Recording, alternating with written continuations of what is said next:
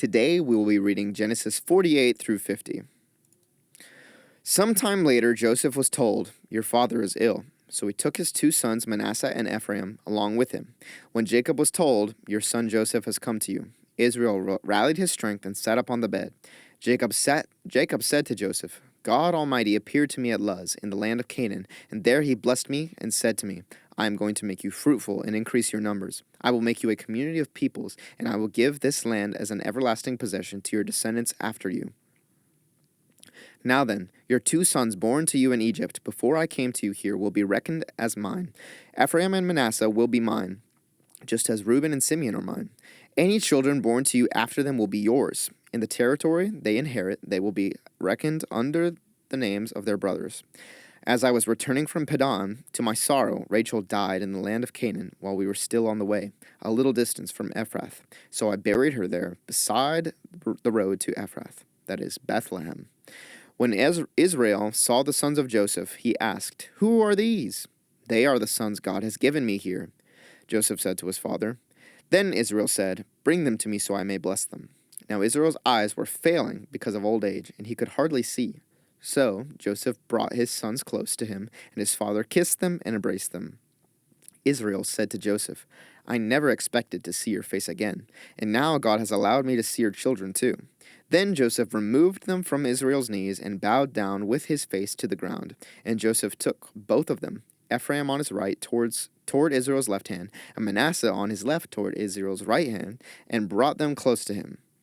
But Israel reached out his right hand and put it on Ephraim's head. Though he was the younger, and crossing his arms, he put his left hand on Manasseh's head, even though Manasseh was the firstborn. Then he blessed Joseph and said, 'May the God before whom my fathers, Abraham and Isaac, walked faithfully, the God who has been my shepherd all my life to this day, the angel who has delivered me from all harm, may he bless these boys. May they be called by my name and the names of my fathers, Abraham and Isaac, and may they increase greatly on the earth.' When Joseph saw his father placing his right hand on Ephraim's head, he was displeased. So he took hold of his father's hand to move it from Ephraim's head to Manasseh's head. Joseph said to him, 'No, my father, this one is the firstborn. Put your right hand on his head.' But his father refused and said, 'I know, my son, I know. He too will become a people, and he too will become great. Nevertheless, his younger brother will be greater than he, and his descendants will become a group of nations.' He blessed them that day and said, 'In your name will Israel pronounce this blessing. May God make you like Ephraim and Manasseh.' So he put Ephraim ahead of Manasseh.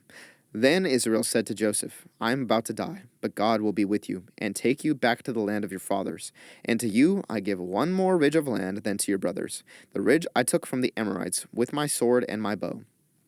Then Jacob called for his sons and said, 'Gather around so I can tell you what will happen to you in days to come. Assemble and listen, sons of Jacob. Listen to your father Israel.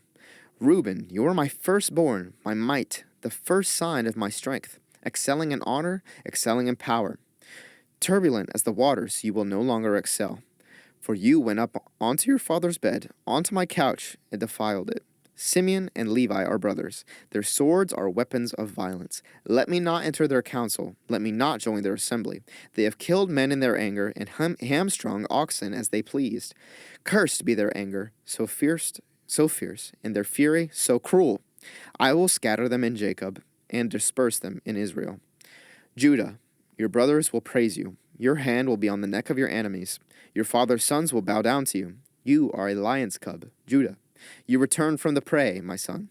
Like a lion, he crouches and lies down, like a lioness who dares to rouse him. The scepter will not depart from Judah, nor the ruler's staff from between his feet, until he to whom it belongs shall come. And the obedience of the nations shall be his. He will tether his donkey to a vine, his colt to the choicest branch. He will wash his garments in wine, his robes in the blood of grapes. His eyes will be darker than wine, his teeth whiter than milk. Zebulun will live by the seashore and become a haven for ships. His border will extend towards Sidon. Issachar is a raw-boned donkey lying down among the sheep pens. When he sees how good is his resting place and how pleasant is his land, he will bend his shoulder to the burden and submit to forced labor. Dan will provide justice for his people, as one of the tribes of Israel. Dan will be a snake by the roadside, a viper along the path, that bites the horse's heels so that its rider tumbles backward. I look for your deliverance, Lord. Gad will be attacked by a band of raiders, but he will attack them at their heels. Asher's food will be rich. He will provide delicacies fit for a king. Naphtali is a doe set free that bears beautiful fawns. Joseph is a fruitful vine near a spring, whose branches climb over a wall. With bitterness, archers attacked him. They shot at him with hostility, but his bow remained steady. His strong arm stayed limber. Because of the hand of the mighty one of Jacob, because of the shepherd, the rock of Israel, because of your father's God who helps you, because of the Almighty who blesses you, with blessings of the skies above, blessings of the deep springs below, blessings of the breast and womb. Your father's blessings are greater than the blessings of the ancient mountains, than the bounty of the age-old hills. Let all these rest on the head of Joseph, on the brow of the prince among his brothers. Benjamin is a ravenous wolf. In the morning he devours the prey, in the evening he divides the plunder. All these are the 12 tribes of Israel, and this is what their father said to them when he blessed them, giving each the blessing appropriate to him. Then he gave them these instructions. I am about to be gathered to my people. Bury me with my fathers in the cave in the field of Ephron the Hittite, the cave in the field of Machpelah, near Mamre in Canaan, which Abraham bought along with the field as a burial place from Ephron the Hittite. There Abraham and his wife Sarah were buried.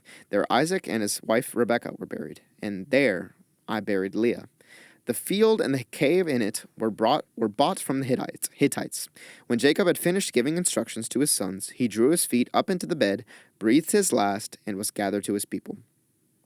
Joseph threw himself on his father and wept over him and kissed him.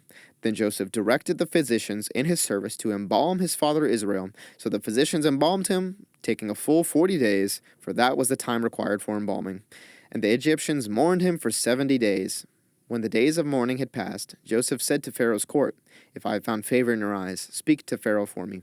Tell him, My father made me swear an oath and said, I am about to die. Bury me in the tomb I dug for myself in the land of Canaan.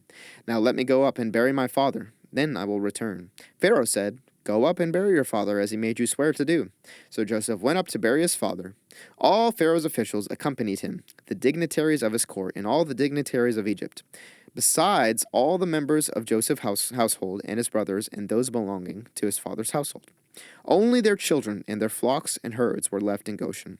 Chariots and horsemen also went up with him. It was a very large company.